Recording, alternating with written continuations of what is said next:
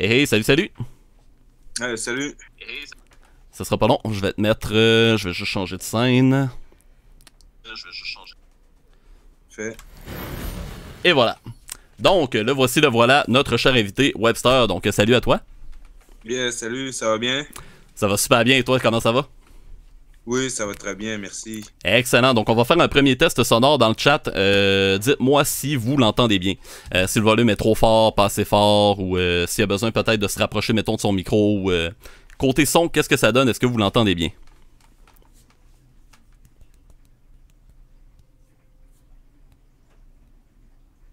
Je montrais un peu. Ok.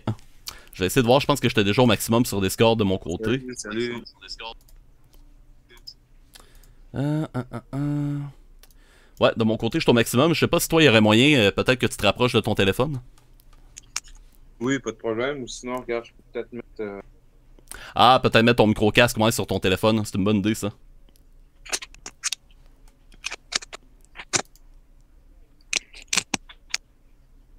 Ok.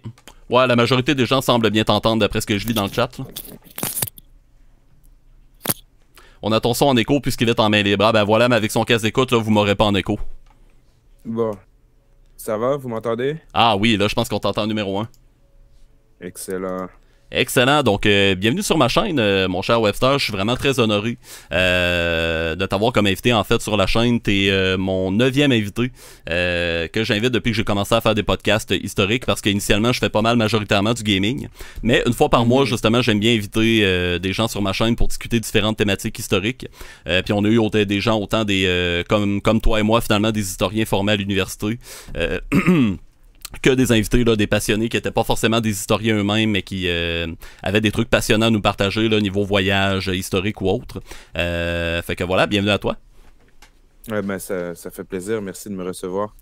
Excellent. Donc, je l'ai introduit un peu tantôt, mais donc Webster, rappeur, historien, un titre qu'on voit pas très souvent. D'ailleurs, justement, quand j'avais vu ça dans les journaux, rappeur, historien de Limoilou, je me suis dit ah ouais.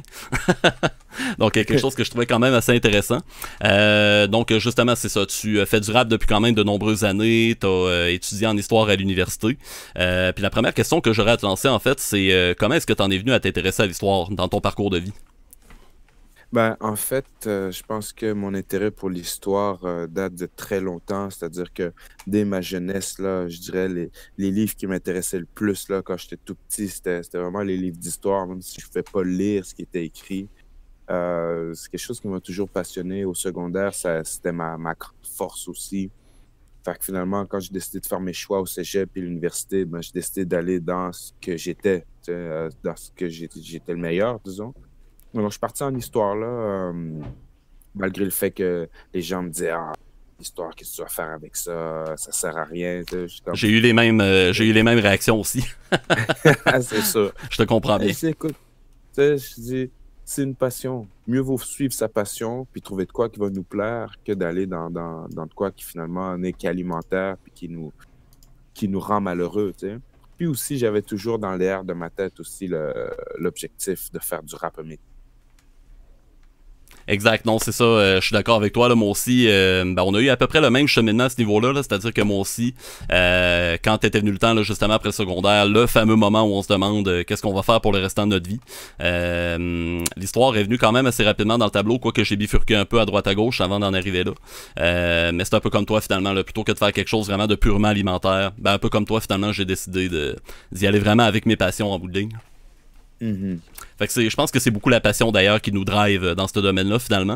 J'en profite d'ailleurs dans le chat si jamais vous avez des questions pour notre invité que j'ai peut-être pas inclus dans ma structure de questions initiale ou si jamais il y a des trucs qu'on dit au courant de l'entrevue là que vous voulez avoir plus de détails là-dessus ou s'il y a une question qui vous vient en tête, n'hésitez pas, le chat est là pour ça. Si vous voulez être sûr qu'on la voit, n'hésitez pas à me taguer avec le commercial pour être sûr que je la vois bien. Et ben à ce moment-là, ça va nous faire plaisir, Webster et moi, de discuter avec vous, de répondre à vos questions. Et ben finalement, là, justement, c'est ça. T'es rappeur et donc je me demandais justement comment a commencé, d'où t'es venu finalement ton intérêt pour le rap, comment ça a commencé pour toi? Ouais, je commençais à écouter du rap au début des années 90 et c'était quelque chose qui était nouveau pour moi. C'est-à-dire qu'aujourd'hui, maintenant, on est dans une période où le rap existe depuis longtemps. Mais au début des années 90, du moins à Québec, le rap commençait. Et donc, on commençait à rentrer en contact avec ce style-là. Puis c'est quelque chose qui me plaisait beaucoup, surtout pour la densité de l'information qui est livrée. C'est-à-dire que le rap, pour moi, premièrement, c'est un mouvement littéraire à part entière.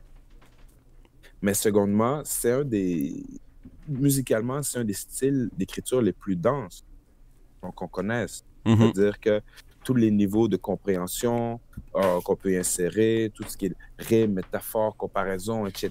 Donc, c'est quelque chose qui rapidement m'a passionné, m'a donné envie de plonger dans cet univers-là.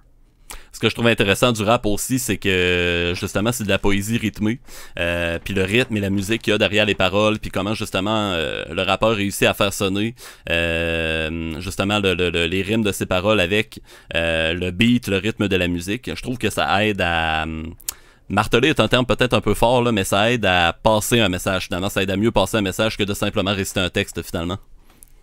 Oui, tout à fait. Puis je pense que marteler, c'est le bon terme aussi, à quelque part. Puis c'est intéressant que tu fasses le lien en rythme et poésie, parce que rap, finalement, est un acronyme. C'est un Ça veut dire acronyme, c'est ça. Rhythm and Poetry, rythme et poésie. Voilà. Et donc, c'est vraiment à la jonction de la musique et du texte. Ce qui est un peu la différence avec le slam, où souvent le slam est beaucoup plus axé sur le texte que la musique. Mhm. Donc, parfois, on me dit que je suis un slammer. Non, j'aime le texte, j'aime travailler le texte, mais je me perçois premièrement comme un rappeur parce que j'aime travailler le texte sur la musique. Vraiment intéressant. Puis quand tu as commencé à faire du rap, justement, est-ce que dès le début, ton intérêt pour l'histoire avec ton intérêt pour le rap, est-ce que ça s'était mélangé dès le début ou ça c'est vraiment venu en cours de route? Ça s'est toujours mélangé. À l'époque, quand j'ai commencé, je faisais pas nécessairement des chansons à propos de l'histoire, mais tout de même, je vais insérer des références historiques. Je viens d'une école de pensée dans le rap où tout est axé sur tout est axé sur le texte, tout est axé sur ce que tu peux amener comme métaphore, comme comparaison. Donc, l'histoire étant toujours une grande passion pour moi, ça n'a jamais été bien loin. Mais je dirais, c'est peut-être ma première chanson que j'ai faite d'un point de vue historique, c'est vraiment Québec historique. Mhm. Non, non, je me trompe. Je me trompe. OK. J'ai écrit une chanson qui s'appelait Stadaconé OK, avec ouais. Limoilou Stars sur l'album Limoilou Style en 2001, 2002, où on parlait du contact entre les Premières Nations d'ici et les Européens quand Jacques Cartier arrive ici. C'est sur la chanson Stadaconé. Vraiment intéressant. Puis les Boileau Stars, c'était un collectif, c'était un groupe avec lequel tu collaborais? Oui, exact. C'était mon collectif de OK. l'époque, qui existe encore aujourd'hui. OK, OK. Ça fait longtemps qu'on n'a pas sorti d'album ensemble. Ça fait quoi, 13 ans aujourd'hui? Oh, quand Mais même. c'est un groupe qui existait, un collectif qui existait avant même qu'on connaisse le rap. Tous des gens qui avons grandi ensemble depuis à travers les années 80, 90. Donc, c'est les gars du quartier qu'on a décidé de travailler ensemble. On a sorti 2 projets ensemble. Et c'est quelque chose qui existe toujours, même si on rappe pas. Je dirais que ça va vraiment au-delà du rap. Puis c'est en quelle année que, je sais pas si tu l'avais mentionné, là, mais c'est en quelle année que tu avais commencé à faire du rap? J'ai commencé en 1995. Oh, wow. Et J'avais donc, 5 ans. et donc je suis dans vraiment les premières générations de rappeurs à Mhm. Québec. Et donc, tu vois, j'avais 15 ans à ce moment-là, en 95. Donc, tu as vraiment vécu les débuts de la scène hip-hop à Québec, finalement. Ah oui, oui, écoute, j'ai vu le rap naître à Québec. Souvent, je dis aux gens que ma génération, on est les grands-pères du rap à Québec.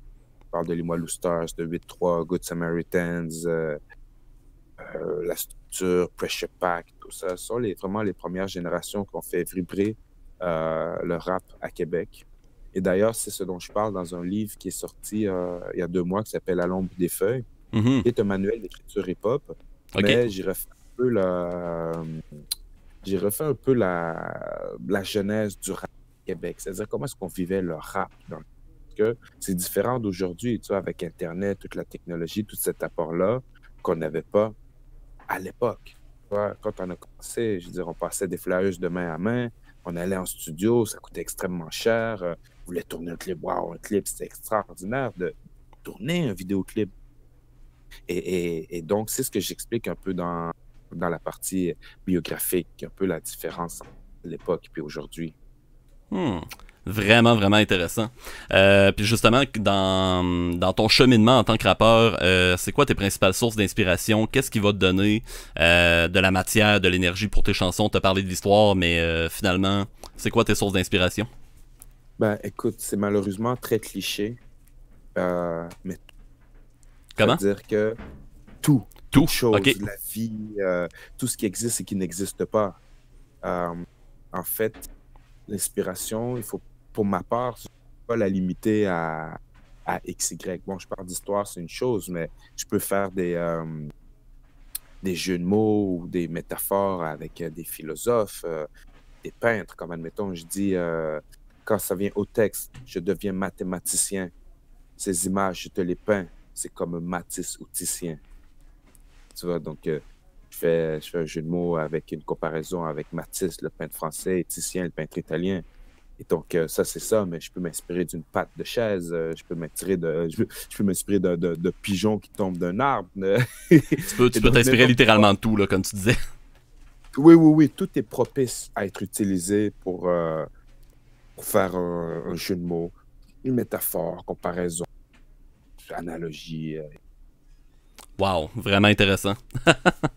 Donc justement, tu avais parlé de manuel d'écriture et depuis 9 ans maintenant, ben, tu réalises des ateliers d'écriture qui t'ont amené quand même à divers endroits dans le monde.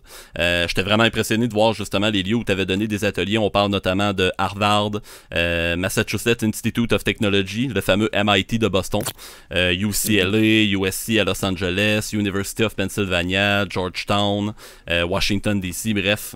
Tu t'es promené beaucoup. Ouais.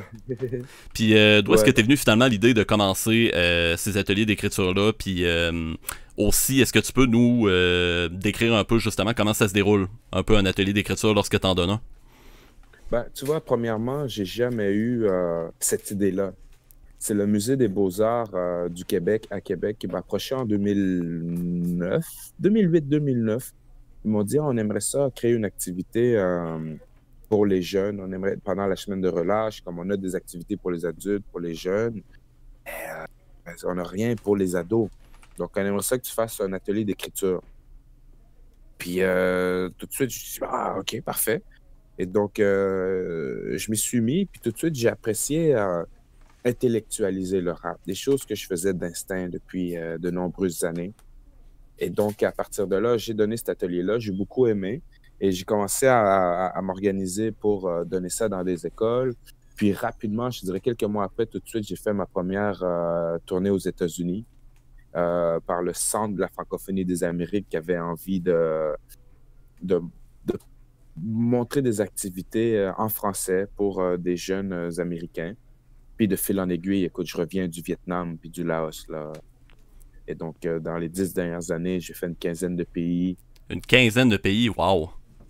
Une quinzaine de pays, plus d'une soixantaine de villes. J'ai peut-être rendu peut-être à 70 villes différentes sur 4 continents. Il manque l'Océanie. Je n'ai pas fait l'Océanie encore, mais j'étais en Afrique, en Asie, en Europe, en Amérique du Sud, et peut-être 2 à 3 fois par année aux États-Unis. Mais ce que je trouve intéressant, c'est que aux États-Unis ou même ailleurs, je vois vraiment les deux spectres sociaux. C'est-à-dire que d'un côté, je peux être invité dans des écoles publiques du Bronx où est-ce qu'il faut que tu passes des détecteurs de métaux pour rentrer à l'intérieur. Ah oui. Puis après ça, la semaine d'après, je suis dans une école genre en Californie ou en Pennsylvanie, genre à 30-40 000 dollars par année, genre que les, les, l'école secondaire est mieux organisée que nos universités ici, là, Mhm. dans des petits pavillons, puis la cafétéria qui est tellement délicieuse, comme incroyable. Là. Donc, pour moi, de pouvoir voir ces deux extrêmes-là, c'est très particulier. Oui, c'est ça, c'est quand même vraiment deux extrêmes dans lesquels finalement ces ateliers d'écriture-là t'amènent à te promener finalement. Il y a une couple de Mhm. questions qui sont rentrées dans le chat depuis qu'on a commencé. Il y a Sirène Personal Lawyer qui se demandait si finalement c'est ça les chansons que j'avais fait jouer pendant le timer, ben, c'était tes chansons qu'on entendait. Effectivement, les trois chansons que j'ai fait jouer depuis le début, c'est des compositions de notre invité. Donc Mhm. justement là, vous pouvez retrouver ces albums à différentes sources principales dans les magasins de disques. J'ai vu que tu avais aussi plusieurs de tes chansons sur Spotify, YouTube. Donc finalement, pour consommer ta musique, il y a vraiment différentes façons où on peut t'écouter. Je me demandais justement, est-ce que tu fais pas mal de tournées de spectacles? Oui, parce que souvent, quand je suis appelé à l'extérieur, ben, mon offre est souvent tripartite. C'est-à-dire que d'un côté, je donne des ateliers d'écriture, mais tant qu'à être là, souvent, les gens me font faire des concerts. Puis je donne des conférences sur l'histoire, Oui, en français ou en anglais. d'ailleurs, t'en donnes une pas plus tard que dans 2 jours à la librairie. Là, le nom m'échappe, par exemple. Oui, au mot de tasse à Québec. Au mot de tasse à Québec. Ça commence à quelle heure? 19h. Parfait. Donc, tous ceux et celles qui sont à Québec, si vous êtes intéressés à écouter Webster en conférence, à lui parler en vrai, à le rencontrer, vous pourrez à ce moment-là le voir justement à la librairie Le Mot de Tasse à Québec à 19h pour ceux et celles qui sont de cette région-là. Il y avait une autre question aussi de Sirène Personal Lawyer qui te demande, parlant de sources d'inspiration, est-ce qu'il y a des événements et des époques de l'histoire qui t'ont particulièrement inspiré? Oui, écoute, premièrement, je m'inspire de tout. C'est-à-dire que je peux faire une comparaison, un jeu de mots avec Alexandre le Grand. Puis après ça, un peu plus loin, je peux parler des Vikings. Tu vois, Ah donc oui, des j'aime Vikings. bien. Oui, oui, tout à fait. Comme OK. dans une chanson sur mon album À l'ombre des feuilles, je fais un jeu de mots avec Ragnar Lothbrok. Tu vois, j'écoutais la Ah ouais. série Vikings, puis ça m'a inspiré, ça m'a inspiré un jeu de mots, tu sais. Mhm. Et donc, quelle que soit la période ou le personnage, c'est quelque chose qui m'intéresse parce que je suis intéressé par tout. Wow. Et c'est ça que je trouve particulier, c'est que, admettons, avant, quand j'étudiais, je détestais le 19e siècle. OK. Maintenant, je trouve le 19e siècle tellement fascinant. À un moment donné, l'Antiquité, ça me plaisait moins, mais maintenant, j'y suis de retour. Donc, j'aime tout, mais si on veut être vraiment précis, j'aime beaucoup la Renaissance.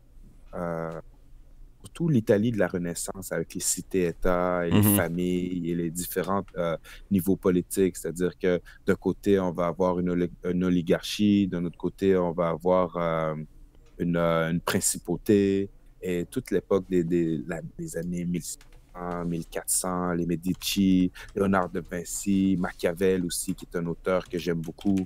Le rôle de l'Église dans tout ça, c'est une période que je trouve fascinante. Euh, J'aime beaucoup bon, l'histoire japonaise, chinoise aussi. Euh, Écoute, admettons, tu vois, j'étais en Inde il y a l'année passée, puis je me suis mis à visiter les musées là-bas parce que partout où je vais, je suis toujours intéressé par l'histoire de la place. Et l'histoire de l'Inde, des royaumes indiens, des empires était tellement intéressante, quelque chose qui est vraiment fascinant.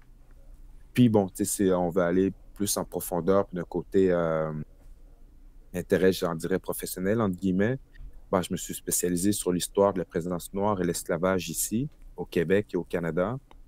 Mais mon intérêt est beaucoup plus large que ça quand on parle d'histoire. Ah, c'est vraiment excellent. On a, puis ça m'étonne justement de voir à quel point tu t'inspires de différents moments de l'histoire comme ça. J'ai vraiment tilté sur les Vikings parce que Mhm. moi-même, je fais de la reconstitution historique dans une troupe de reconstitution viking. Puis je suis un grand Mhm. passionné de cette période-là. Puis ben, c'est ça, ma troupe, on fait autant des reconstitutions dans les événements, autant sur l'aspect civil que l'aspect militaire. On est une troupe de combattants principalement, de OK. combattants à l'âme vive là, à armes en acier. Fait que c'est pour ça là, justement quand t'énumérais les différentes périodes, t'as dit Viking, là j'étais comme ah. Je trouve ça vraiment intéressant de voir justement comment tu t'inspires.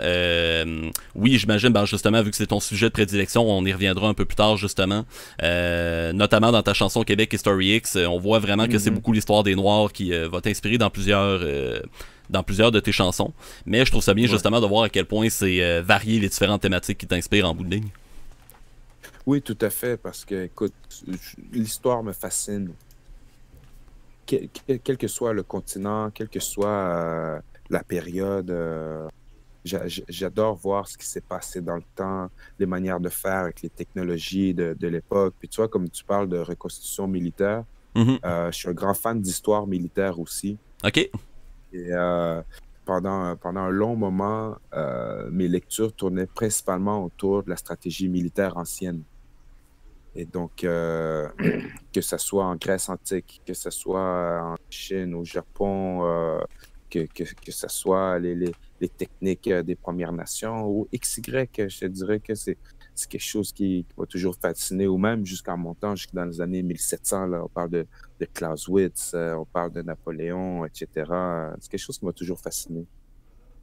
On a Cacao Chocolat justement qui veut en savoir un petit peu plus par rapport aux ateliers d'écriture. Il se demande un peu, il sait pas exactement qu'est-ce que c'est, il se demande un peu à quoi ça ressemble. Bref, il voudrait plus de détails un peu sur ce type d'activité-là finalement.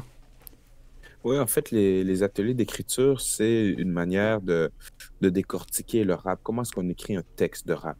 Et donc, j'ai un côté qui est pédagogique, si on peut dire, un côté de théorie. C'est-à-dire, Mhm. j'explique qu'est-ce qu'une métaphore. Une métaphore, c'est un outil littéraire qui est un sens figuré.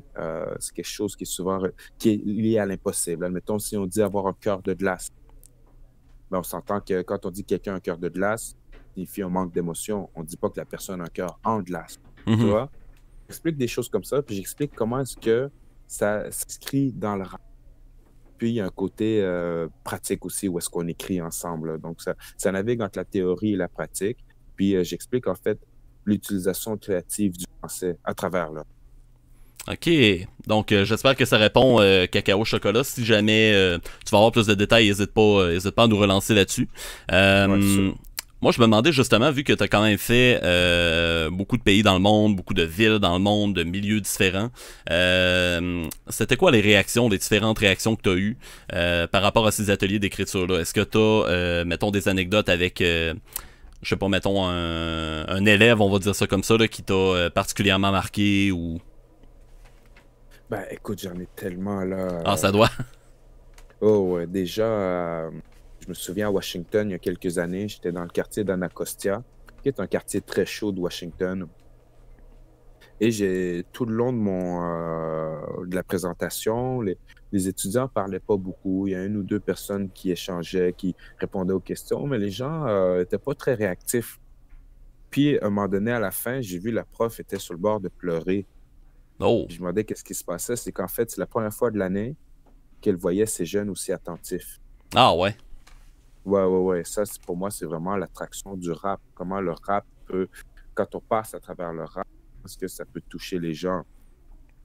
Il y a une autre fois, j'étais dans une école où je fais faire l'atelier d'écriture, on fait le côté pratique, puis je demande qui veut livrer son texte. Et donc, il y a un jeune qui se lève, qui commence à rapper son texte. Puis tout le monde était fasciné. Puis quand à la fin du cours, les jeunes sortent, puis tout le monde était autour de lui comme waouh, qu'est-ce qui se passe? Qu'est-ce qui se passe? C'est la première fois qu'il parlait de l'année. C'est la première fois Ah qu'ils ouais. parlaient de l'année. Même qu'ils étaient en rencontre avec les parents, tout ça, voir quel était le problème. Mais le rap l'a, l'a, l'a- l'a sorti un peu de son mutisme, si on veut. C'est la première fois qu'il s'exprimait en classe. Wow, c'est vraiment impressionnant. Donc, ça lui a vraiment permis finalement de s'exprimer alors que la plupart du temps, il se ressentait comme une espèce de blocage, là, finalement. Exact. Donc, il a pu exprimer des choses à travers le rap qu'il ne pouvait pas tout simplement en discutant ou en parlant. Wow, c'est vraiment génial. Hmm. Puis, justement, est-ce que tu as remarqué, vu que tu as quand même fait beaucoup de pays dans le monde, est-ce que tu as remarqué vraiment des grosses différences dans l'interaction que les élèves avaient avec toi? Mettons, c'est ça, au gré des différentes cultures que t'as pu, avec qui tu as pu être en contact justement à travers les ateliers d'écriture. Est-ce que tu as remarqué des différences majeures ou s'il y avait comme une espèce de pattern similaire à travers tes différents groupes? Mais c'est ça qui est intéressant, c'est qu'il y a une similitude partout à travers le monde. Les jeunes, finalement, ont un peu les mêmes aspirations, les mêmes gènes aussi, c'est-à-dire pas gènes génétiques, mais gènes, la même timidité, si on veut, ou parfois le même côté fonceur. Donc, tu sais, bien sûr, il y a certaines différences, parfois qui sont même des différences de classe, euh, mais en grande partie, soit n'importe où on se situe, un jeune, c'est un jeune, tu sais. Mhm. Et Euh, donc, on... c'est ça que je trouve intéressant, c'est un peu d'aller sortir le côté créatif. Puis j'ai vu tellement des belles choses, puis des choses troublantes aussi dans la manière d'écrire, des gens qui vont livrer des émotions que tu es comme, oh man, ok, oh, chaud là. Ouais, c'est ça. Ben justement, il y a Cacao Chocolat qui dit c'est fou, tu vas voir de sacrées belles choses dans ta vie. Ouais, et tu vois, c'est drôle parce que dans le livre, je raconte ça où je dis en fait, tu sais, je suis passé des dunes du désert en Mauritanie à la Grande Muraille de Chine. Tu sais, j'ai vu des cités moyenâgeuses de Suisse pour me rendre à Times Square, puis à Wow. Shibuya au Japon. Euh, et, et- et tout ça entre les deux. Et donc, et ça, c'est le rap qui m'a permis de poser les yeux sur différentes situations, différents paysages. Et à chaque fois que je vois des paysages comme ça, que c'est le rap qui m'y a porté, qui m'a réussi à m'amener jusqu'à là, je ressens Oh, je pense que... Est-ce que t'es encore là? tellement de... Oh, je pense que tu commences à laguer un peu. Ouais, c'est ça, hein, il y a comme une coupure, là. Ouais, il y a comme eu un lag, là, t'es revenu, là. OK. Peux-tu juste répéter ce que tu disais? Ça a comme coupé en plein milieu avec le lag. Ouais, c'est qu'en fait, tout simplement, je disais qu'à chaque fois que je réussissais à poser mes yeux sur des choses que je trouve extraordinaires, que ce soit de la nature ou des réalisations humaines à travers le monde. À chaque fois que je peux aller dans d'autres pays, d'autres continents, je ressens beaucoup de gratitude que ce soit mon métier et que je puisse ainsi voyager comme ça. Mhm. Ah, c'est vraiment super. Toutes les expériences que tu vis, tout ce que tu constates, tout ce qui. Justement, tout ce que ça te fait vivre. C'est clair que ça doit. Tu dois en avoir pour toute une vie, voire même probablement plus. Ouais. Il y a Skedi qui te demande est-ce qu'il s'inspire de l'histoire des Noirs au Canada uniquement ou de l'histoire des Noirs en Amérique ou plus généralement l'histoire des Noirs? Euh, Plus généralement, c'est-à-dire que, bon, puisque je m'intéresse beaucoup à ce qui s'est passé ici, j'écris des chansons à ce sujet, surtout pour mieux faire connaître cette histoire-là, parce que c'est une histoire qui est méconnue. Mhm. Et donc, j'utilise le rap afin de démocratiser cette histoire-là pour que les gens puissent mieux la connaître. Mais d'un autre côté, l'histoire afro-descendante, où qu'elle se trouve, m'intéresse et puis je peux en parler dans mon rap aussi. Oui, puis justement, on voit que, comme tu as dit tantôt, l'histoire en général t'intéresse aussi, vu que tu t'inspires de beaucoup de thématiques dans l'histoire, justement, pour ta démarche artistique. Il y a Mhm. Lucas qui te demande une question quand même assez large. Je sais pas si tu vas être bon pour faire le tour de cette question-là. Mais il dit, il reste encore de l'esclavage, vente d'organes, d'enfants, de jeunes femmes, etc. Mais sinon, penses-tu qu'une forme d'esclavage plus sournoise s'est formée dans notre société, ayant vu l'écart immense des classes et de la répartition de la richesse? C'est quand même une grosse question. Eh bien, oui. La réponse est oui. Mhm. C'est-à-dire que oui, l'esclavage existe encore sous plusieurs formes.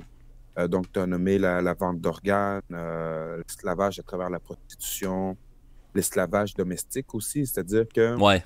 on prend, admettons, des femmes très souvent qui viennent de Philippines, Somalie, Éthiopie, qui sont envoyées dans certains pays. On prend leur passeport, puis elles sont obligées de travailler pour les personnes qui finalement les possèdent. Et même l'esclavage qu'on voit, dit à l'ancienne, entre guillemets, on l'a vu avec les migrants africains qui essaient de traverser la Méditerranée, qui sont retenus en Libye, qui sont Ouais. vendus, des gens à qui on met un prix et qu'on Mhm. vend. Et donc, je dirais, l'esclavage existe encore. On a l'impression qu'on voit seulement les plantations de coton à l'époque, mais c'est une dynamique qui existe. Effectivement. Euh, hum, hum, hum, hum. Donc, justement, parlant de l'histoire et de sa diffusion vers le grand public, on a beaucoup abordé le sujet de tes ateliers d'écriture. Mais t'es inspiré, tu t'es impliqué aussi sur la diffusion de l'histoire au grand public avec le Québec History X Tour. Donc, est-ce que tu peux Oui. nous expliquer un peu ce que c'est? Oui, c'est une visite guidée de la ville de Québec à propos de l'histoire noire et de l'esclavage au Québec et au Canada. Seulement dans la ville de Québec? Oui, seulement dans la ville OK. de Québec. Donc, on part pendant 2 heures, puis on visite la ville de Québec, le vieux Québec, à la lumière de cette histoire et de cette présence-là, qui, encore une Oh, fois, est une présence qui est méconnue. Et donc, tu vois, je viens de voir passer un commentaire qui demande mes origines. oui. Mon père est du Sénégal et ma mère est de Québec. Et donc, je me définis comme un Sénékeb, un métis pur laine. OK. Euh, Tu vois, je suis né à Québec, j'ai grandi là-bas, et c'est une histoire que j'ai jamais vue. Et c'est une histoire que j'aurais aimé connaître dans ma jeunesse, tu vois. Et c'est comme ça que je me suis passionné pour cette histoire-là, mais aussi je me suis passionné pour la diffusion de cette histoire-là. Mhm. De ne pas la laisser seulement dans les livres, essayer de faire le pont entre les livres et la population. Et donc, les Tours Québec historiques s'inscrivent dans cette volonté de vouloir mieux faire connaître cette histoire-là. Donc, Puis, voilà. puis comment ça fonctionne, grosso modo? Ben, c'est sur réservation. On part ensemble, on part de la place Diouville et on zigzague dans le Vieux-Québec jusqu'à la terrasse du... Et donc, on voit l'endroit où Olivier le Jeune, le premier esclave à Québec, habitait à partir de 1600, arrivé en 1629, à partir de 1632, il habitait là. On voit l'espace où habitait Mathieu Léveillé, le bourreau de la Nouvelle-France, qui était un Martiniquais. On voit où habitait le juge James Monk, qui lui va, mettre, va contribuer à la fin de l'esclavage, ici au début des années 1800. Donc on se promène, puis on voit toute cette histoire-là.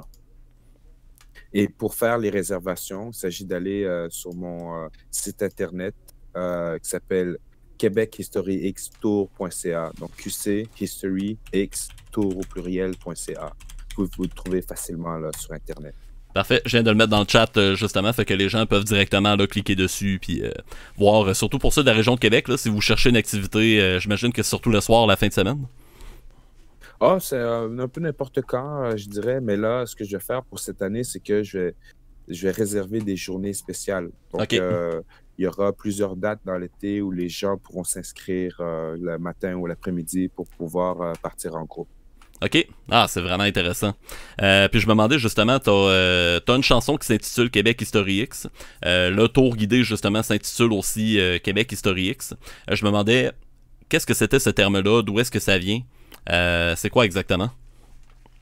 Donc, oui, c'est qu'en fait, c'est ça que j'appelle toutes mes initiatives en histoire s'inscrivent autour de l'appellation Québec History X. Le X étant la variable inconnue en mathématiques. Et donc, c'est pour ça que j'appelle ça Québec History X. C'est inspiré de deux choses. La première, ça vient d'un film dans les années 90 qui s'appelait American History X, qui était à Ah propos oui. de tensions raciales aux Ouais. États-Unis, qui est un excellent film avec Edward Norton. Mhm. Et il y a un rappeur français qui s'appelait Dadou, qui a écrit une chanson qui s'appelait France History X. Et donc, c'est comme si j'avais voulu un peu nous doter, nous, le Québec, de notre propre X, donc Québec Oui, bah oui. History X. Et c'est surtout pour axer sur le côté inconnu de l'histoire du Québec. C'est intéressant parce que justement l'histoire des Noirs, même moi, ben là, je sais pas comment c'est avec la nouvelle réforme au secondaire, mais moi quand j'ai suivi mes cours d'histoire, en tout cas, on en entendait presque jamais parler. On entendait justement parler des Amérindiens évidemment, mais très peu, ou en tout cas c'est ça, voire même pas du tout, de l'histoire noire. Donc là, je trouve ça intéressant justement comme initiative, ce genre de projet-là. Ce que j'aime en plus, c'est que justement c'est de la diffusion grand public, c'est accessible. De ce que j'ai vu, j'ai fouillé quand même un peu le site web, justement, j'ai vu un peu les articles là, que les différents journaux au Québec avaient fait sur ces visites guidées-là que tu fais. Puis j'ai trouvé ça intéressant, justement, comment il y a beaucoup de contenu. T'amènes les gens vraiment sur les lieux physiques, t'es fait se promener. Puis en même temps, ben, tu leur apprends probablement, c'est sûrement très riche en informations aussi. Oui, tout à fait. Et donc, c'est pour encore une fois un peu rétablir, disons, la balance, parce que moi non plus, c'est une histoire que j'ai jamais vue dans mes cours, Mhm. même jusqu'à l'université. Et aussi, nos référents par rapport à l'histoire afrodescendante sont toujours américains. Quand on parle d'esclavage, on parle d'esclavage aux États-Unis. quand on parle d'activistes, on parle des activistes aux États-Unis, mais C'est on vrai. connaît très peu notre histoire québécoise et canadienne. Mhm. Et donc, c'est pour ça que j'essaie de nous doter de référents locaux et aussi de mieux faire comprendre cette pluralité de notre passé, cette présence africaine depuis les débuts de la colonie. C'est-à-dire depuis les débuts de la colonie française, qu'il y a une présence africaine ici. Et même avant la colonie, l'interprète de Samuel de Champlain était un afrodescendant du nom de Mathieu d'Acosta. Mhm. Et T'en donc, parles c'est d'ailleurs des dans la choses chanson Québec Historique. exactement. Et donc, je parle de présence noire, mais d'esclavage aussi, tout simplement parce que l'esclavage n'était pas juste un esclavage noir. Au contraire, la plupart des esclaves ici étaient des esclaves autochtones. Donc, on parle, l'historien Marcel Trudel parle de 4185 esclaves de répertoriés. Sur ce nombre-là, les 2 tiers étaient des autochtones et le Wow. tiers était... OK. Hmm. Puis justement, par rapport à la visite guidée Québec History X, quand est-ce que ce projet-là a démarré? Puis je voudrais savoir, est-ce qu'il a reçu jusqu'à présent beaucoup d'intérêt de la part du public, beaucoup de clientèle comme telle? Euh, Ça a commencé en 2015. Et oui, ça a commencé en 2015. OK. Puis la clientèle, elle est très variée. Mais ce qui me plaît, c'est que ce sont beaucoup des gens locaux, contrairement à des touristes. Donc, je dirais que plus de 90% de mes clients sont locaux, des gens qui sont intéressés par cette histoire-là, qui sont intéressés à voir l'histoire du Québec et du Canada sous un autre angle. Puis 10% environ là, d'une clientèle qui vient principalement des États-Unis. Ah ouais, OK. Euh, ouais, des gens qui arrivent ici, qui ont envie de connaître le côté noir ou afro-descendant du Québec, puis rapidement, ben, ils tombent sur mes tours guidés. C'est ça, puis je trouve ça surprenant parce que justement, j'ai travaillé beaucoup dans des musées, dans des sites historiques et tout ça. J'ai fait beaucoup de travail de guide-interprète. Puis généralement, les endroits où je travaillais, nos statistiques, c'était vraiment beaucoup de gens de l'extérieur de la région. Puis très peu de gens vraiment de locaux, des gens qui étaient vraiment de la place. Donc je trouve ça intéressant justement de voir à quel point tu es venu chercher l'intérêt des gens de la région, puis ensuite vraiment de gens de l'extérieur. Je trouve ça vraiment super. Oui, c'est parce que c'est effectivement plutôt rare que les gens visitent leur propre ville. Ou, tu sais, donc, pour ça, je me sens très content que les gens prennent le temps de venir faire ma visite. Vraiment. D'ailleurs, justement, t'es un gars qui manque pas de projet. Quand j'ai élaboré les questions, quand que je recherchais un peu là, tout ce que tu avais fait, un peu ton parcours, ta carrière et tout, je constate effectivement, comme tu me disais tantôt, que t'es un homme assez occupé. Puis dans les multiples projets auxquels tu as participé, il y a notamment l'exposition Fugitif, qui est en ce moment présentée au Musée national des beaux-arts de Québec. C'est une exposition, d'après ce que j'ai compris, qui était faite à partir des descriptions dans les annonces de recherche publiées dans la Gazette de Québec.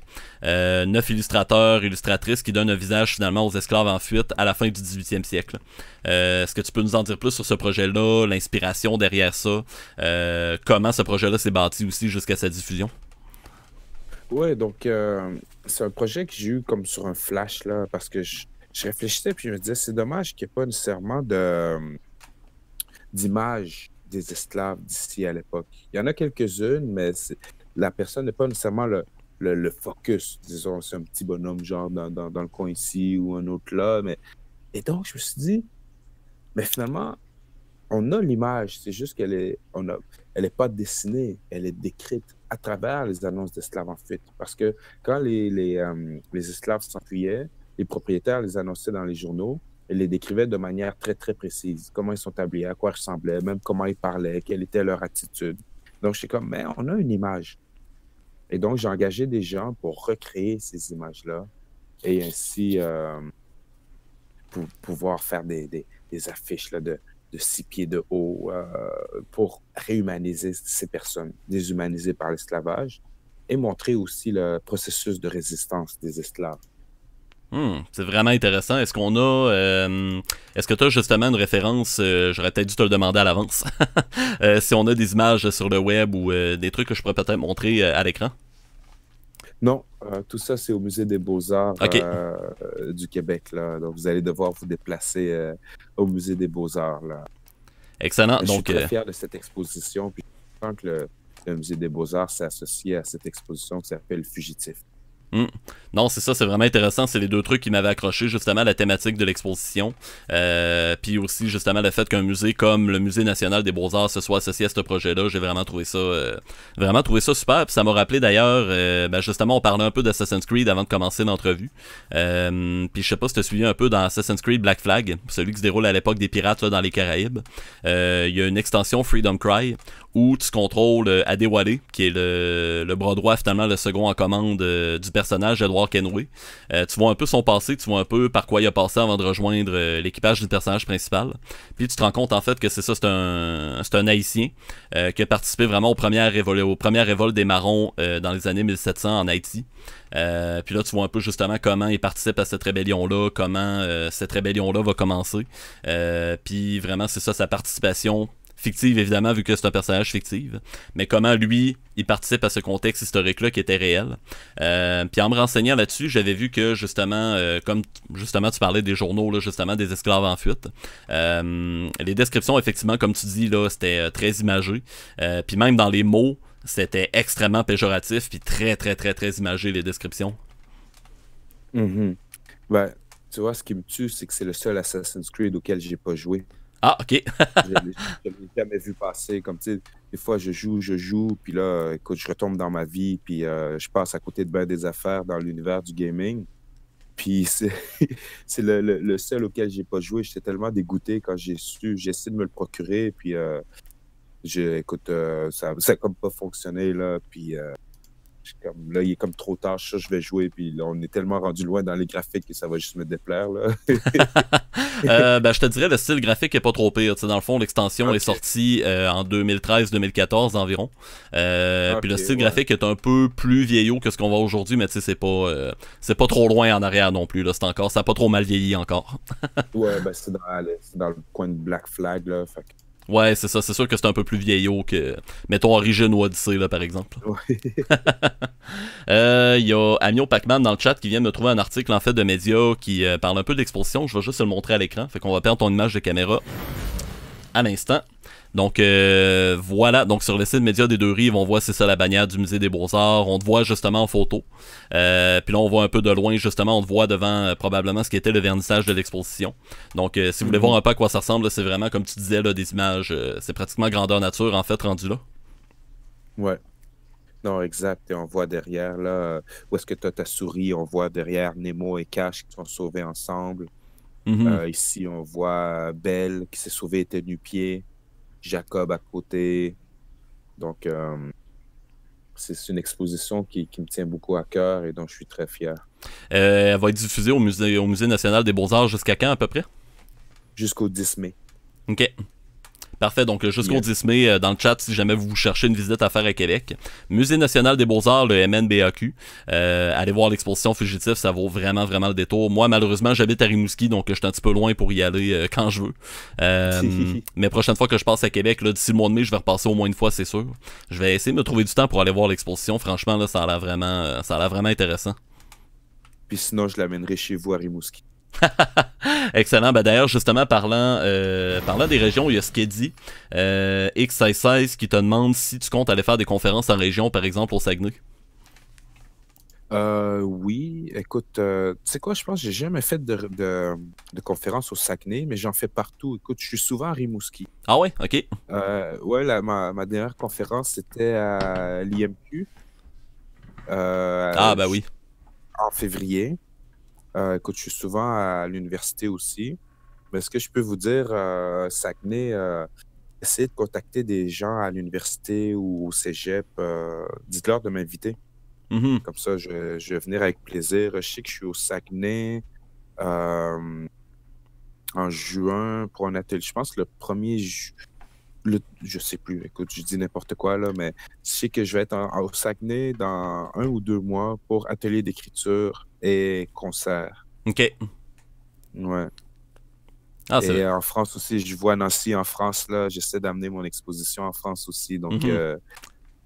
ça va se faire aussi là. Mon but, c'est d'en faire une exposition itinérante, de l'amener un peu partout dans le monde. Ah c'est super ça. Donc, cacao chocolat, si t'attends encore peut-être un peu, surveille bien les nouvelles. Peut-être que l'exposition va se ramasser en France. Yeah. Ah, c'est ça, j'ai quand même. C'est ça qui est le fun sur Twitch, c'est que ça permet de rejoindre tellement de gens de partout dans le monde. Moi, j'ai connu autant des Belges, des Français, des Québécois d'un peu partout, même quelques Américains, quelques anglophones, des fois qui passent, même si le live est en français. Donc, c'est ça, c'est une belle plateforme, là, justement, pour rejoindre beaucoup de monde. Ouais, c'est cool ça. Donc également, c'est ça, c'est un peu la raison pour laquelle on s'était rencontrés au Salon du Livre vendredi dernier à Québec.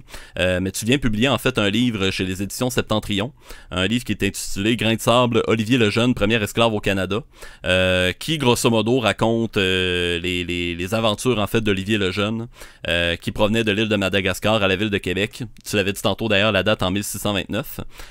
Moi, je me demandais dans le fond, quand j'ai entendu parler de la publication de ce livre-là, quelle source historique t'avait inspiré?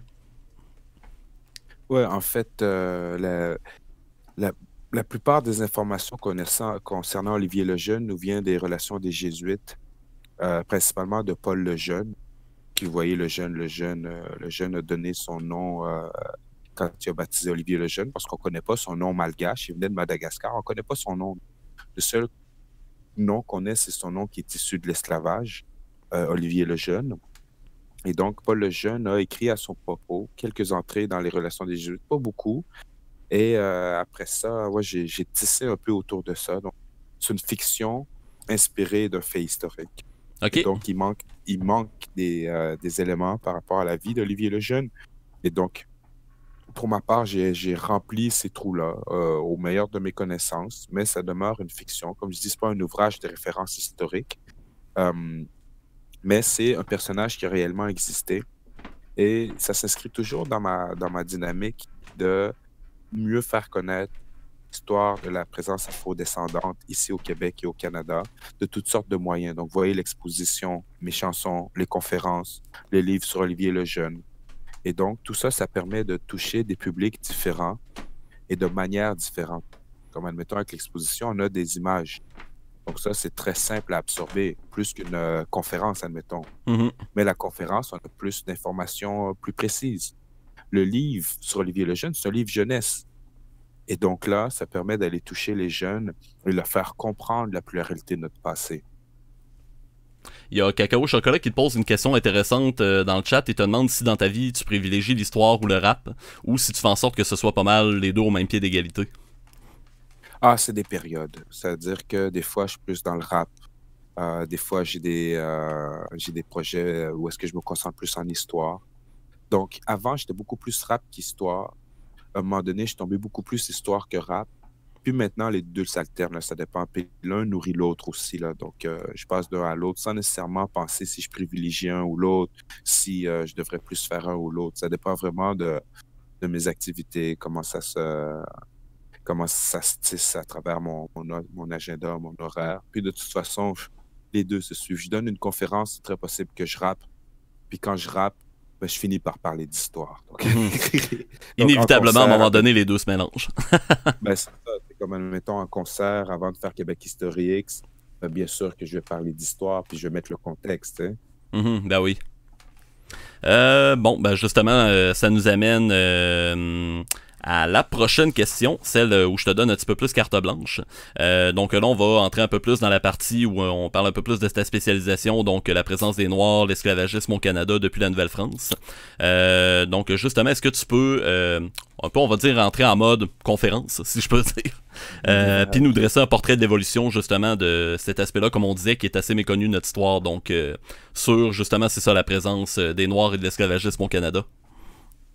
Donc, ben, tu vois, Olivier Lejeune, c'est un bon point d'ancrage parce que c'est le premier Africain à vivre de manière permanente au Canada, qui arrive ici en 1629 avec la prise des frères Kirk, qui sont des Britanniques qui prennent la ville de Québec en 1629, qui la gardent jusqu'en 1632.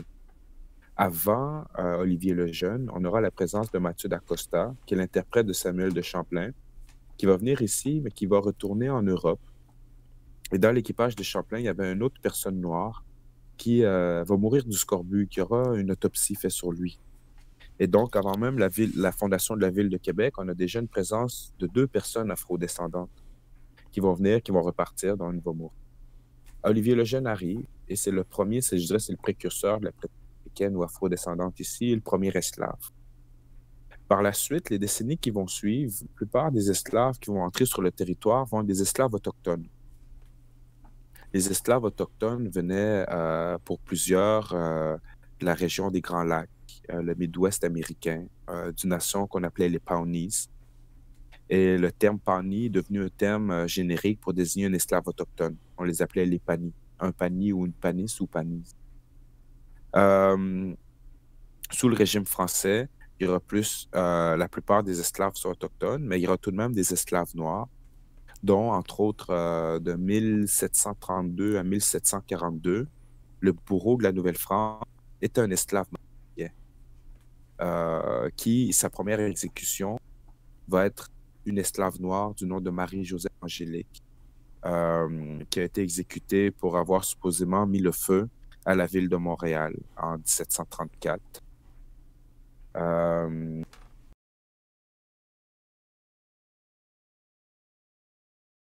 OK.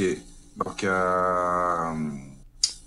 donc c'est ça. Bref, il y aura cette présence-là noire asservie et aussi à travers, à travers la liberté aussi au même moment.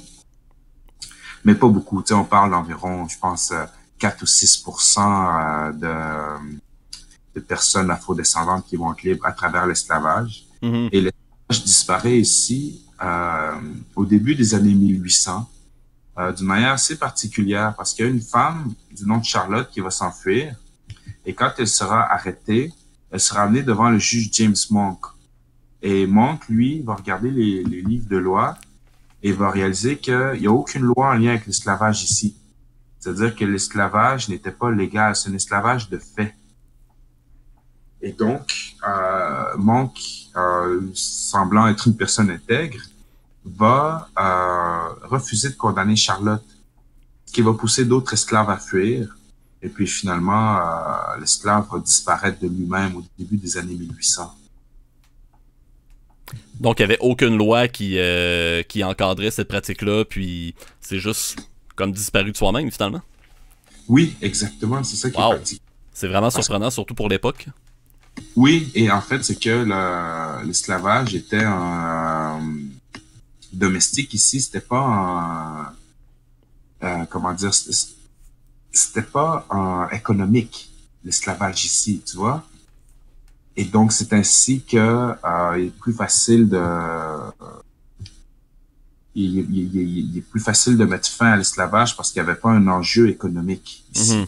Contrairement aux États-Unis où justement tantôt tu avais abordé le sujet des plantations de coton, ça avait même d'ailleurs été le cœur le cœur en fait c'est ça l'enjeu principal de la guerre de sécession justement aux États-Unis, l'abolition de l'esclavagisme, le fait que ça tuait littéralement pour les États du Sud leur économie qui reposait justement sur les plantations de coton où justement les travailleurs qui y étaient c'était des esclaves noirs justement.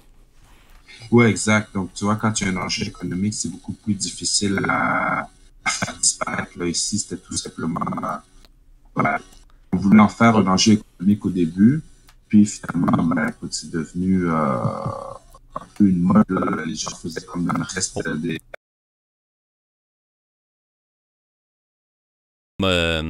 Comme mode économique finalement qui n'existait pas en fait chez nous. Oui, c'est ça. En fait, au début, les gens veulent les faire venir pour un point de vue économique, mais finalement, tu sais, ici, il y a pas de plantation comme ailleurs dans les Amériques. Il n'y a pas de plantation de sucre, de canne à sucre, il n'y a pas de plantation de tabac, d'indigo, de coton. Et donc, la plupart des esclaves ici vont être en milieu urbain, vont être des domestiques.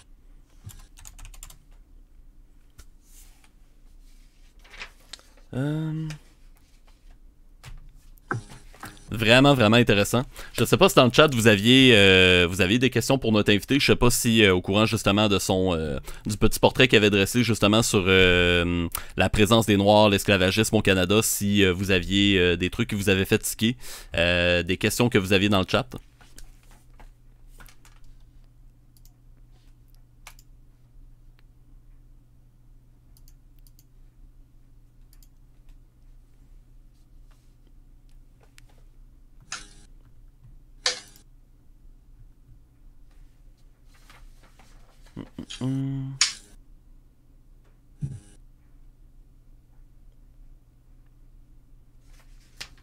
Excellent. Ben moi, j'irais avec peut-être une petite question d'ouverture. En fait, là, présentement, t'as quand même déjà un gros CV assez actif, comme on vient de le dresser depuis le début.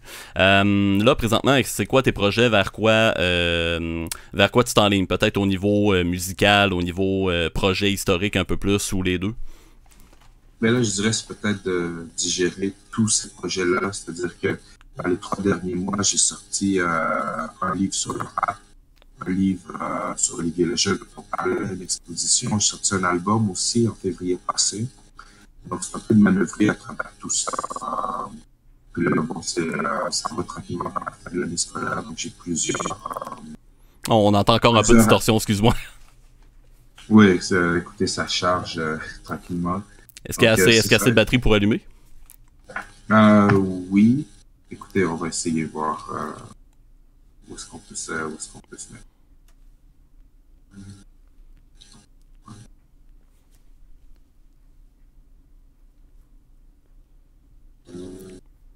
During.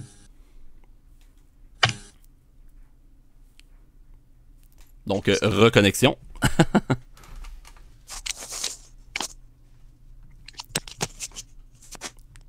Bon. Est-ce que vous m'entendez maintenant? Ouais, on t'entend super bien. Bon, on est de retour, désolé, mesdames, messieurs. Il y a vraiment pas de problème. Les gens dans le chat sont assez compréhensifs, fait qu'il y a pas de problème. Très bien, merci. Donc, est-ce que tu peux juste revenir au début de ce que tu disais? Tu disais que finalement, c'est ça, tu cheminais à travers tes différents projets finalement. Oui, c'est ça, exact. C'est donc de gérer un peu tout ça, là. J'ai beaucoup d'ateliers d'écriture dans les écoles, dans les semaines qui viennent. Et donc c'est ça, j'ai une couple de concerts cet été aussi à gauche, à droite, là. Vraiment excellent. Puis peut-être d'éventuelles conférences dans les régions. Moi, de mon côté, à Rimouski, j'essaierais peut-être de te faire réinviter, mais via les contacts que j'ai, parce que moi, dans le fond, j'ai fait mon bac à l'Université du Québec à Rimouski. Puis je connais très bien là, le module d'histoire puis les professeurs qui sont là-bas. Puis je suis pas mal certain, eux autres, ils organisent une série de conférences qui s'appelle les conférences archéopathes.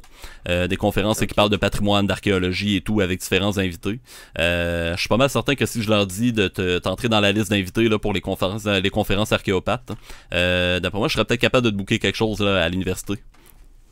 Ben écoute, avec plaisir, on pourra se contacter puis voir comment on fait. Pour ce qui est de Montréal, là, je vois quelqu'un qui demande pour la Rive-Sud Ouais. de Montréal. J'en ai pas pour l'instant, mais c'est jamais bien loin, là. Je dirais, on va peut-être surveiller. Souvent, je suis dans les bibliothèques, je suis dans les écoles secondaires, universités, les sociétés d'histoire. Donc, gardez l'œil ouvert. Excellent. Là, il y a quelques questions qui ont popé dans le chat. On va tranquillement pas vite faire le tour. Il y a justement JFQC qui te demande quelle a été la raison qui t'a poussé à aller en histoire des Noirs. Ce qui t'a amené à choisir ce champ de spécialisation-là, finalement. C'était une histoire qui n'était pas racontée, que j'ai pas vue nulle part quand j'étais à l'école. Donc, j'ai juste décidé de m'informer à ce propos, de lire, et ensuite de partager mes lectures avec les gens sous différentes formes. Et ouais, dans le fond, justement, quand tu disais que tu avais étudié à l'université, dans le fond, est-ce que tu as fait le bac ou aussi la maîtrise? Non, j'ai juste fait un bac. Le bac, ok. Ouais. Finalement, tu as décidé de pas poursuivre plus loin le cheminement universitaire? Non, écoute, à la fin Je te comprends. Je l'ai eu de peine et de misère. J'étais trop j'étais dans le rap beaucoup à ce moment-là. Ok, ouais. Les deux n'ont pas très fait bon ménage. Genre, je passais la nuit au studio, j'allais pas à mes cours, ou genre, moi, dormais dans le cours. Puis j'ai vraiment fait le con, en fait, là. Puis j'ai eu la sage idée de pas me lancer à la maîtrise à ce moment-là, parce que ça n'aurait pas collé. Ouais, c'est pas évident. Ben, j'y suis dedans justement la maîtrise. Là. Je suis en train de finir ma maîtrise à l'Université Laval. Je te comprends quand même parce que moi aussi, j'ai quand même beaucoup de projets. Là. J'ai ma chaîne Twitch, ma troupe de reconstitution, le travail à côté de ça et tout. Ça fait 4 ans que je suis à la maîtrise, donc ça te donne un peu une idée. Oui, c'est sûr que c'est pas compliqué de vivre. C'est compliqué de vivre sa vie à travers la maîtrise, là, plus tout le reste. Ce qui arrive aussi, c'est que de poursuivre vraiment loin dans les études supérieures, si ce que tu vis, c'est pas une carrière universitaire dans le milieu de la recherche, l'enseignement et tout, là, c'est peut-être moins, on va dire, approprié, là, justement, dans le cadre d'un cheminement, là. Oui, tout à fait. Qui est des choses qu'on me reproche, je sais que dans certains milieux, on me reproche justement d'avoir un bac. D'avoir seulement un bac, ouais. Ouais, exactement. Mais je suis comme, écoute, moi, tout ce que je dis est vérifiable. Non, c'est ça, exactement. L'information est là. Mm. Non, puis moi, ce que j'aime bien de ce que tu fais, justement, c'est que dans ta démarche artistique, t'as beaucoup, beaucoup, justement, de rigueur de recherche. Puis on voit, justement, dans tes propos, dans ta démarche, là, que t'as un bon bagage, là, justement, de rigueur universitaire, là. Même si, supposément, t'as juste un bac, là, ça te donne quand même des bons outils, là, par rapport à ça. Oui, puis l'important, c'est de le sortir de son milieu académique aussi. Mm. C'est-à-dire qu'il faut que les gens puissent entrer en contact avec cette histoire-là. Les gens doivent connaître cette histoire-là. Il faut sortir justement des gros livres, puis des contextes qui sont très drabes pour les gens qui ne sont pas intéressés d'office par le milieu historique. Ouais, exactement. Euh, euh, euh, euh, hum. Il y a Coucou qui te demande les esclaves étaient présents dans les familles ou principalement chez les riches ou les places de récolte. C'était beaucoup chez les personnes fortunées, malgré qu'il y a des gens qui faisaient des métiers auxquels on n'associe pas nécessairement les grandes fortunes, qui avaient des esclaves. On parle entre autres de forgerons, on parle d'aubergistes. Et il faut comprendre qu'un esclave, quand même, coûtait cher. C'est-à-dire qu'un esclave noir coûtait en moyenne 900 livres. Un esclave autochtone coûtait en moyenne 400 livres. Et pour donner une idée, une vache coûtait 100 livres, un cochon coûtait 50 livres. Et le salaire d'un soldat, admettons, des compagnies franches de la marine sous l'époque de la Nouvelle-France, il gagnait 300 livres pour une année. Donc, un Wow. esclave coûtait en moyenne 3 ans de salaire pour un soldat. Wow, quand même. À l'époque, c'est ça, c'est un bien matériel, c'est une force de travail, mais qui vaut son pesant d'or, là, justement. Oui, c'est un bien meuble. C'est des Mhm. gens qu'on achète, qu'on vend, qu'on donne, qu'on lègue. C'est ça, exactement. C'est presque comme un outil de travail, en fait. C'est un outil de C'est travail. un outil de travail, carrément, c'est ça. En fait, c'est comme l'âne dans l'étable, c'est comme la vache, c'est comme on retrouve même des annonces d'esclaves à vendre parce qu'on le met entre un baril de rhum puis une génisse. Exact, c'est ça. Il y a Amio Pacman qui te demande peux-tu parler de l'impact de l'esclavagisme et de la fuite d'esclaves noirs en provenance des États-Unis? Donc, quand l'esclavage va disparaître ici, c'est comme ça que l'esclavage disparaît à peu près au même moment dans les provinces maritimes, au Bas-Canada, qui est le Québec à ce moment-là, et le Haut-Canada, qui est l'Ontario.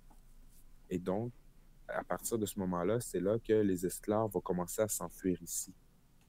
Tout à travers le 19e siècle, et surtout entre les années 50 et 60, avec le passage du Fugitive Slave Act, qui, les États du Nord, pour un peu trouver un terrain d'entente avec les États du Sud, vont permettre aux propriétaires d'esclaves de récupérer leurs esclaves en fuite, s'enfuir vers les États du Nord des États-Unis.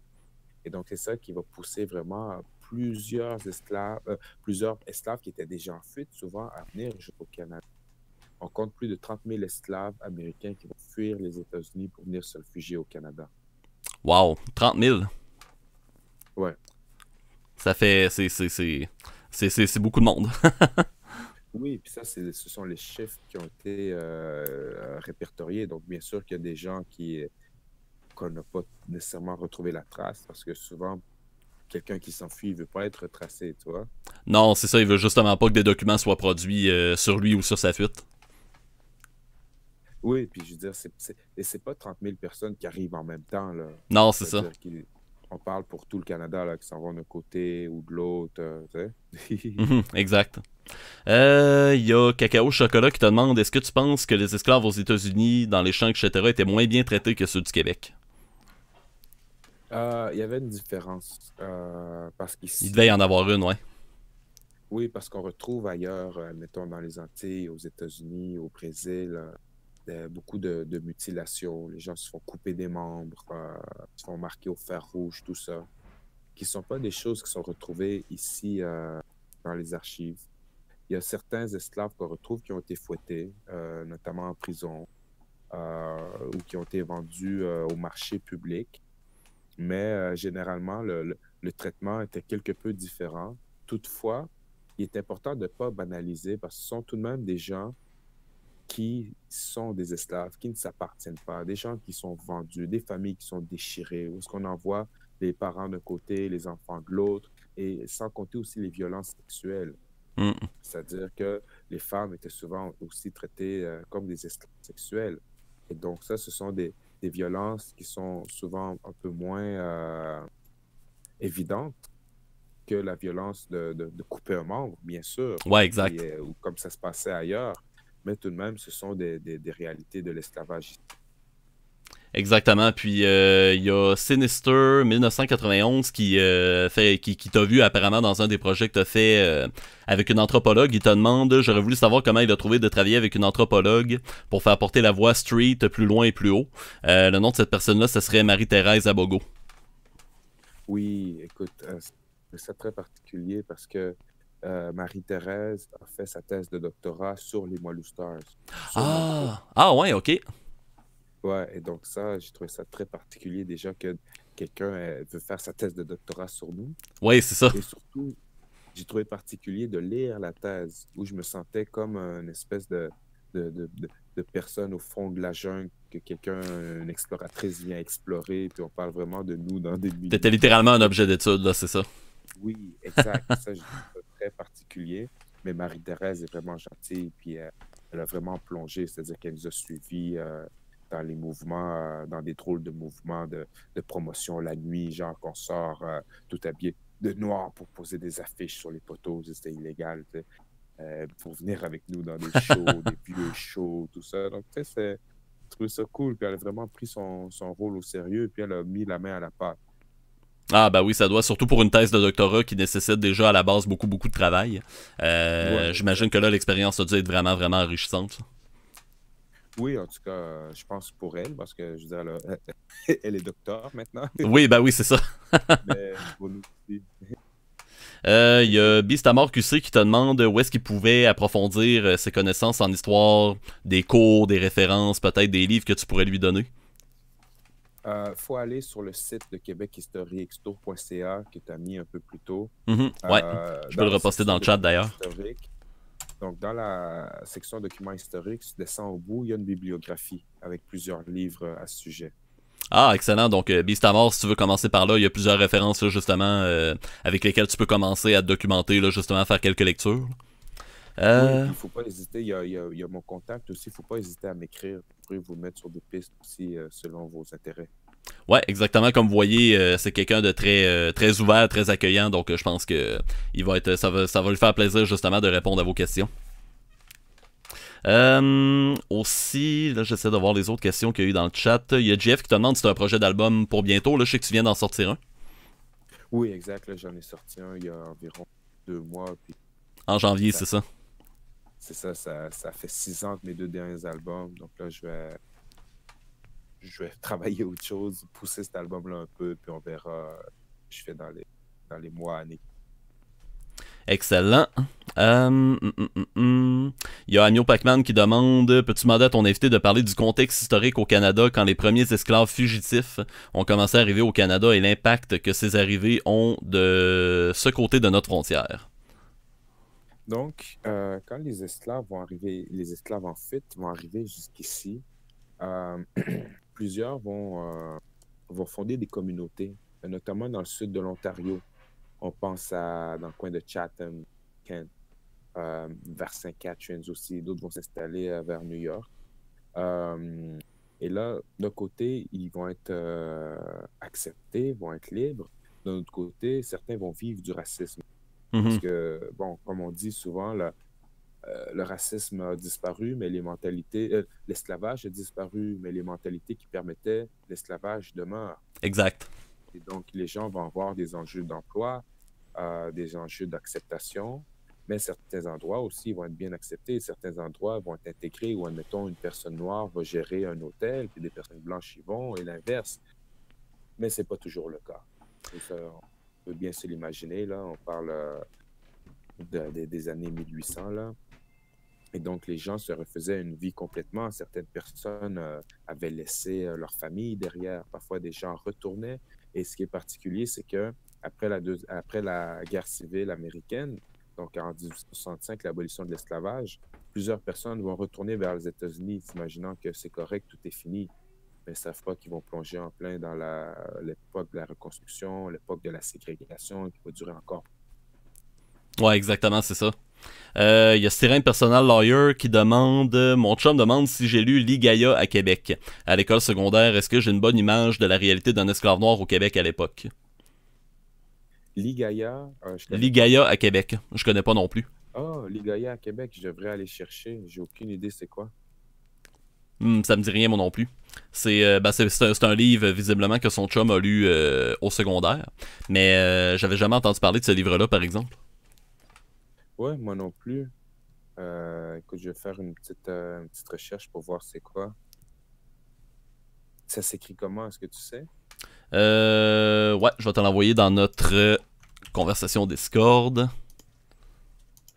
Donc, ça s'écrit comme ça. Ok, thanks. Ah, ok, je vais regarder ça.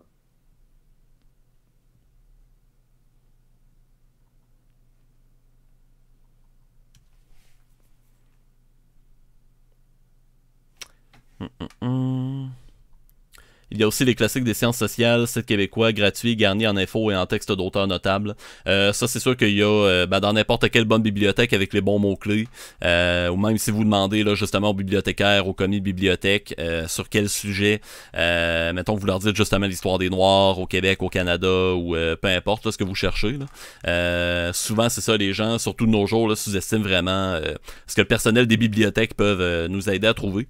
Fait que pour quelqu'un justement là, qui veut s'inscrire là-dessus, ça aussi c'est une bonne piste.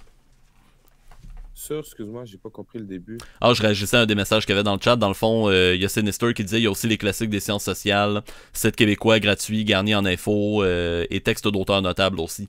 Puis là, je parlais justement, je rebondissais là, sur les bibliothèques et tout. Là. Ah, ok. Il y a Skedix aussi qui demande, question peut-être un peu conne, mais comme je ne m'y connais pas tellement en histoire, est-ce qu'il y avait aussi des esclaves noirs en Afrique où ils se soutenaient entre eux pour ne pas devenir esclaves? En fait, oui, il y a eu de l'esclavage en Afrique aussi. Il y en a Mais encore aujourd'hui dans certains pays d'ailleurs. Oui, tout à fait. Mais il y a une différence par rapport, entre autres, au déplacement. Mhm. C'est-à-dire qu'il y a une différence entre être réduit en esclavage disons, sur ton propre continent, C'est ça. puis être destiné, amené dans un autre continent complètement différent. En fait, l'esclavage a existé sur tous les continents. En Amérique du Sud, en Amérique du Nord, avant la présence européenne, en Europe, sous les empires romains et grecs, en Afrique, en Asie aussi. Mais la grande différence entre ces types d'esclavage-là et l'esclavage qu'on appelle transatlantique, c'est-à-dire les esclaves d'Afrique qu'on amène en Amérique, ou l'esclavage transsaharien, qui sont les esclaves qu'on amène d'Afrique subsaharienne à travers le Sahara jusque vers le Moyen-Orient, l'Afrique du Nord, c'est que les autres esclavages n'avaient pas de dimension raciale. C'est-à-dire que l'esclavage était un statut social. Dans l'Empire romain, dans les cités-États grecs, les esclaves étaient blancs ou noirs, ou ça n'avait pas d'importance. C'est avec l'esclavage transatlantique que l'esclavage va prendre une dimension raciale. Avec l'esclavage transsaharien, où la pigmentation, la couleur de la peau, va soudainement prendre une importance. On va réduire en esclavage les Africains parce qu'ils sont africains. Il y a Cacao Chocolat qui te demande où est-ce qu'il peut justement te suivre pour des infos de tes projets, conférences, etc., réseaux sociaux, ou le site Québec History X. Je pense que t'es pas mal de ce que j'ai vu dans toutes les plateformes, pas mal là, de médias sociaux. Oui, presque toutes. Je suis sur Facebook, Webster LS, Instagram aussi. Sinon, mon site internet, c'est websterls.com. LS pour Limoilou Stars. Voilà, quand j'avais cherché des infos sur toi pour élaborer les questions, justement, ton site web, websterls.com, c'était ce que j'avais trouvé en premier, justement. OK. Puis là, ben, pour le Salon du Livre, j'ai su que t'étais là grâce à ton Instagram. Justement, je regardais sur Ah, Instagram un peu. oui. Là, j'ai vu que t'étais là pendant que moi aussi j'étais à Québec, donc là, j'ai dit, bon, faut que j'y aille. Ah, t'as bien fait. Mm. Euh, euh, euh, hum. J'essaie de voir les autres questions. Il y a JFQC aussi qui te demande quelle a été la soirée la plus folle, si tu t'en souviens, de tes premiers shows avec les Moilou Stars. Ça remonte à loin, là. Écoute, oui, écoute, wow. Je sais même pas Un comment moment frappant face à tes commencer, fans ou quelque chose dans le genre. mais les soirées folles, on en a vu dans de toutes sortes. Il y a des choses qui sont pas vraiment racontables, là, mais des trucs qu'on partait en plein milieu de la nuit, tout ça. Écoute, faudrait qu'on s'en parle peut-être de personne à personne, si ça se passe. Non, écoute, vous pouvez vous imaginer quand c'est complètement fou, là, dans des chambres d'hôtel ou XY, là. Écoute, ouais, c'est des passés lointains et révolus. Ouais, j'en doute pas, ça avait, du peu que j'en sais, en tout cas, ça avait pas l'air d'être un contexte assez facile là, dans ces années-là. Ouais, on a survécu à ces années-là. Félicitations. Merci. Parce que moi, c'est ça, j'ai grandi dans une petite ville de région, Rimouski, c'est à peu près 30 000 habitants, juste la ville même. Puis quand tu prends toutes les fusions municipales qu'il y a eu au début des années 2000, c'est environ 50-55 000 habitants. Puis c'est vraiment, c'est ça, c'est un contexte de ville de région, puis j'ai pas vécu, mettons, le contexte que toi t'as pu vivre, mettons, là, dans les vieilles années à Limoilou, là, des années 80-90 et tout ça. Ça doit être particulier quand même comme contexte. Oui, c'était autre chose. Écoute, j'ai envie de dire qu'on était jeunes et idiots, là. Donc, Exactement, c'est ça. Puis justement, moi je me demandais, vu que tu as grandi à Limoilou, comment, je sais pas trop comment poser la question, mais le Limoilou de l'époque que tu as connu quand tu étais plus jeune, puis le Limoilou de maintenant, jusqu'à quel point tu trouves que ça l'a changé, quelle différence notable tu remarques. Je suis curieux de t'entendre à ce sujet-là. oui, parfait. Écoute, juste pour dire, moi j'ai encore 15 minutes, puis après ça, je vais devoir vous quitter. Oui, pas de problème. Euh, mais sinon, Limoilou a beaucoup changé. Avant, c'était un quartier qui était très mal perçu. Et même il y a très longtemps, je veux dire, ma mère, elle est née à Limoilou. Et déjà, à l'époque, quand elle était jeune, elle avait porté les stigmates de Limoilou. Je pense même à des personnes d'un certain âge à qui je parle qui me disent la même chose. Quand on était jeune, c'est la même chose, les années 80, 90. Puis, à l'époque, il y a une chose que je dis souvent, c'est que les seuls à représenter le quartier dans le temps, c'était les vieux de la vieille, puis les rappeurs. Puis finalement, maintenant, le quartier est tellement devenu cool, devenu hip. Ce que je dis, c'est qu'on a rendu Limoilou cool. Mhm. Tu vois ce que je veux dire? Avant, tout le monde crachait sur le quartier, personne ne voulait rien avoir à faire avec nous. Puis là, tout d'un coup, tout le monde trouve ça tellement cool. Tout le monde déménage là-bas, etc. Donc, Mhm. c'est un quartier qui se gentrifie aussi tranquillement, là. Non, c'est ça exactement. Puis c'est ça qui est fou là. Moi, quand que j'ai emménagé à Québec pour ma maîtrise, souvent là, c'est ça. Je disais que j'avais des amis qui habitaient à Limoilou, puis tout ça. Puis là, mes parents puis les gens de l'extérieur à qui je parlais étaient comme, Limoilou, un quartier pas facile, puis c'est dangereux. Puis là, tout ce qu'on m'en disait, j'étais comme, ok, ça a l'air assez rock'n'roll comme quartier. Là, finalement, je vais me promener là, je me promène dans les rues, je vois un peu les commerces, tout ça. Puis je me dis, écoute, c'est pas si pire pourtant comme quartier. Exact. C'est une fois que tu y vas que tu te rends compte que c'est pas ce que c'était, là, ou c'est pas ce que les gens pensaient que c'était. Non, c'est ça exactement. On aurait peut-être le temps pour une dernière question avant que tu nous quittes. Il y a Sinister qui te pose une question assez intéressante puis sur un enjeu là justement qui est assez actuel. Il te demande dans le fond qu'est-ce que tu penses des vagues de haine qui visent les musulmans. Il dit on dirait que les gens ici ont tendance à facilement détester les étrangers. Qu'est-ce qui anime cette haine-là que peuvent avoir les gens selon lui? Est-ce qu'on est en train un peu de reculer dans le temps avec toute la vague de haine qu'on voit là finalement avec les musulmans? Je pense que oui, on recule dans le temps et ça, tellement triste. Ouais, Ça vraiment. m'horrifie en fait de voir toute cette haine, cette méconnaissance de l'islam. Les gens réduisent l'humanité à une religion Mhm. et s'imaginent pas que les gens ont différents degrés dans leur manière de vivre la religion aussi. C'est ça. Et donc, il y a xénophobie, racisme, islamophobie, tout ça se mélange ensemble. Et malheureusement, on a élu un gouvernement qui joue beaucoup sur ces craintes-là, ces peurs-là. Et pour moi, je trouve ça terrible. On est en train de reculer, faire des pas de géant vers l'arrière. Et écoutez, je sais pas où est-ce qu'on s'en va avec ça, mais pour moi, il n'y a rien de positif là. Mm. Mais justement, moi, ce que je trouve bien, ça, c'est une autre fleur que je peux te lancer là, par rapport à ton œuvre, à ce que tu fais, autant en tant que rappeur que dans tous les projets d'histoire, d'exposition, de livres dans lesquels tu t'investis. Surtout avec tes ateliers d'écriture aussi, où tu amènes carrément les jeunes à s'exprimer, puis à exprimer leur émotion d'une autre manière. C'est que ce genre d'initiative-là, ça aide un peu à briser les préjugés, puis à peut-être contribuer à amener les gens à avoir une plus grande ouverture d'esprit, là, justement, sur l'autre, sur la différence, puis à mieux comprendre les différentes cultures, finalement. Ah ben merci. Puis c'est ça l'objectif aussi, c'est de faire comprendre que notre identité est plurielle, Mhm. notre histoire est plurielle depuis longtemps. Ah oui, Et depuis que, les débuts. mais c'est ça, et que finalement, c'est un projet de société commun et collectif qu'on doit regarder et bâtir ensemble. Ouais.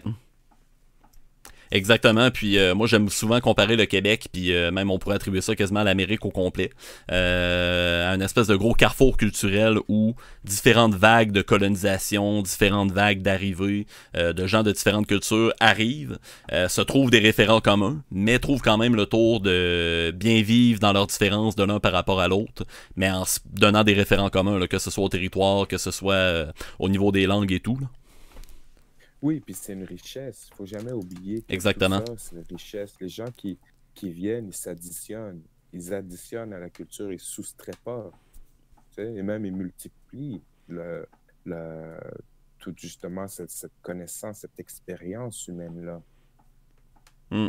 Puis je pense qu'en même temps c'est malheureux, mais c'est un peu la nature humaine justement c'est un peu une espèce de phénomène de protection, de sécurité, au sens où les gens veulent se rassembler entre ce qu'ils ont en commun, puis souvent ça va les amener à avoir peur un peu de ce qui est moindrement différent, on va dire, de leur convention là, si on veut. Oui, oui, beaucoup de méconnaissance et d'ignorance. Exactement, c'est ça. Méconnaissance dans le terme de ne pas bien connaître. Et ignorance, pour moi, j'y associe souvent de la négativité des gens qui auraient peut-être l'opportunité de mieux apprendre, mais qui refusent cette opportunité-là. Tandis que c'est comme si la méconnaissance, on va prendre l'opportunité de connaître. Mhm. Ignorance, c'est comme on se bloque même cette opportunité-là, on reste dans l'ignorance. Pour moi, j'y vois cette différence. Voilà, donc comme mot de la fin, moi je dirais si vous avez envie d'entendre plus en détail finalement notre invité, peut-être le rencontrer en personne, assister à ses conférences. Je le répète pour ceux qui sont dans la région de Québec, donc à la librairie Mot de Passe. Mot de Tasse. Vendredi. Ah, j'étais proche. Ouais. Donc à la librairie Mot de Tasse dans la ville de Québec, vendredi de cette semaine, donc dans 2 jours. Exact. À compter de 19h, est-ce qu'il y a un prix d'entrée? Ah, je sais plus. Présentez-vous, puis vous, vous verrez. Gardez-vous un peu d'argent dans votre poche, mais s'il y a un prix d'entrée, ça sera pas bien cher. Non, non, non, c'est ça exactement. Donc pour la région de Québec, Webster sera en conférence donc à la librairie Mot de Tasse à Québec, vendredi à compter de 19h. Et pour tous ceux et celles qui sont dans les autres régions au Québec, si jamais vous avez envie de l'entendre, envie de l'inviter pour des conférences sur les sujets justement dont il est expert, simplement demander à des institutions, à des organisations dans votre coin que vous pensez qui seraient intéressés justement à l'inviter. Moi, de mon côté à Rimouski, en tout cas, c'est sûr, là, je vais essayer d'envoyer un message au professeur du module d'histoire à l'UQAR. Puis, je pense pas, t'es-tu déjà allé en conférence à l'université? Oui, oui, j'ai fait quelques fois à Ah, ok. l'université, le cégep, mais ça me fait toujours plaisir de revenir.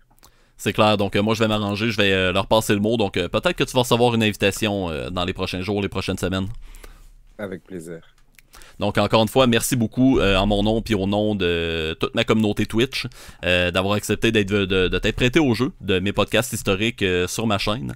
Donc merci beaucoup d'avoir accepté mon invitation. J'étais vraiment très très honoré de t'avoir en invité. Ben, écoute, merci. Merci de m'avoir reçu. Merci à tout le monde qui a suivi. C'est très apprécié. Merci de vos questions. Désolé de ne pas répondre au reste, mais on aura sûrement l'occasion de discuter encore. Merci de votre hospitalité. Donc voilà, merci beaucoup, puis merci à la quarantaine de personnes qui nous suivent depuis que le live est commencé. Votre présence est vraiment appréciée, merci pour vos questions dans le chat également. Donc là-dessus, ben écoute, on se reparle, on va sûrement se recroiser dans une occasion ou une autre. Yeah, straight up, sûr. Donc juste avant de partir, je me demandais, est-ce que tu serais prêt à nous faire une petite chanson avant de partir? Ok, je peux vous faire un petit truc vite fait là. Yes! Écoute, on va faire par rapport à cette histoire-là. Donc, ça va comme ça. Check. Je vous ramène dans le temps pour quelques instants. Vous dévoilez des faits qu'on apprend forcément. Je vous entretiens d'une autre histoire, celle qu'on voit pas dans les cours. Première Nation et les Noirs, celle qu'il faut remettre à jour. Par où commencer? Pour vous dire comment, c'est d'abord, faut nuancer l'histoire et romancer. Manipulée, elle est écrite par les vainqueurs dans une partie dissimulée, les hypocrites datent pas d'hier. Back in the days, tour de 1604, en plein débarque avec Assobor Black. Mathieu d'Acosta dit l'interprète. Il parle micmac, français et hollandais. En 1629 arrive Olivier le Jeune, premier esclave répertorié dans la jeune ville de Québec. Au moins 10 000 esclaves au Canada jusqu'à l'abolition de ce droit. 1833 est aussi fou. Force de fureté en marche et découverte, le groupe prenait la pureté des races, c'est la même pour Garneau, FX, Garneau, Québec, History X, ils ont effacé du tableau, mais pourtant, il y avait des hommes d'affaires noirs, on était dans les régiments, d'autres étaient coureurs des bois, il y avait aussi des aubergistes et ils veulent nous faire croire que les Noirs sont ici depuis les années 70, 1779, Pointe du Sable Jean-Baptiste, un métis antillais, a fondé un poste de traite en Illinois.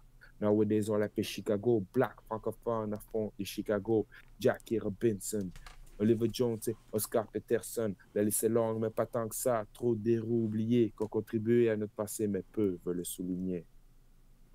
Wow! Belle main d'applaudissements. C'est sûr que là, les gens, je sais pas s'ils t'applaudissent de chez eux, là, mais en tout cas, t'as une belle tralée d'émoticônes dans le chat, de cœurs enflammés, des belles réactions là en ce moment dans le chat. Merci. Merci beaucoup à toi, bonne soirée, puis au plaisir de se recroiser. Oui, merci, écoute, merci à vous, rentrez bien, peace out. Bonne soirée, Webster. À vous aussi, au revoir.